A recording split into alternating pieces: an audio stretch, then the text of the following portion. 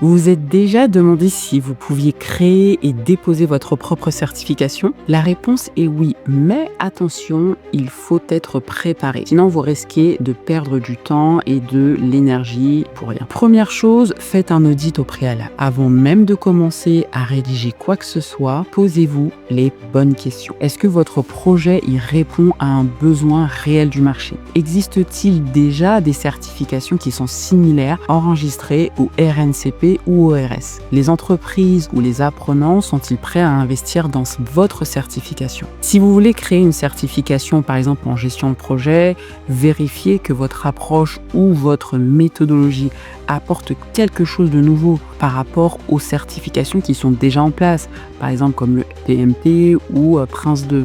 Sans ce travail d'analyse, il est fort probable que votre projet ne soit pas validé. Deuxième chose, il faut connaître les conditions pour développer une certification. Pour être accepté, vous devez respecter plusieurs critères qui sont bien indiqués sur le site France Compétences. Votre certification doit répondre à un besoin clair d'employabilité. Vous devez vraiment avoir une vraie légitimité en tant qu'OF.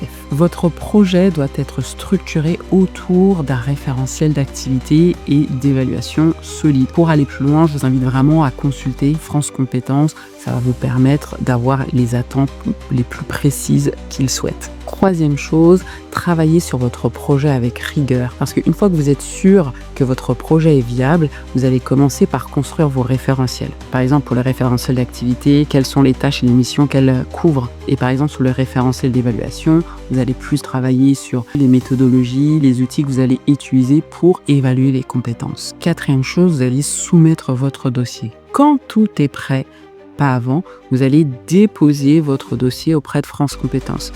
Et le dépôt se fait en ligne et peut demander plusieurs mois de préparation. Donc n'oubliez pas, chaque détail va compter. Donc prenez le temps de tout revérifier, vérifier et revérifier avant de présenter votre dossier. Dernier point, préparez-vous à ajuster. Parce que même avec un bon projet, il est possible que votre dossier soit refusé une première fois. Cela ne veut pas dire que tout est perdu. Prenez en compte les retours et ajuster votre dossier avant de redéposer. Vous l'aurez compris, déposer une certification, c'est tout à fait possible, mais un audit préalable et une vraie réflexion sur les besoins du marché, cela risque de devenir un parcours du combattant. Avec une bonne préparation et une approche structurée, vous pouvez réussir.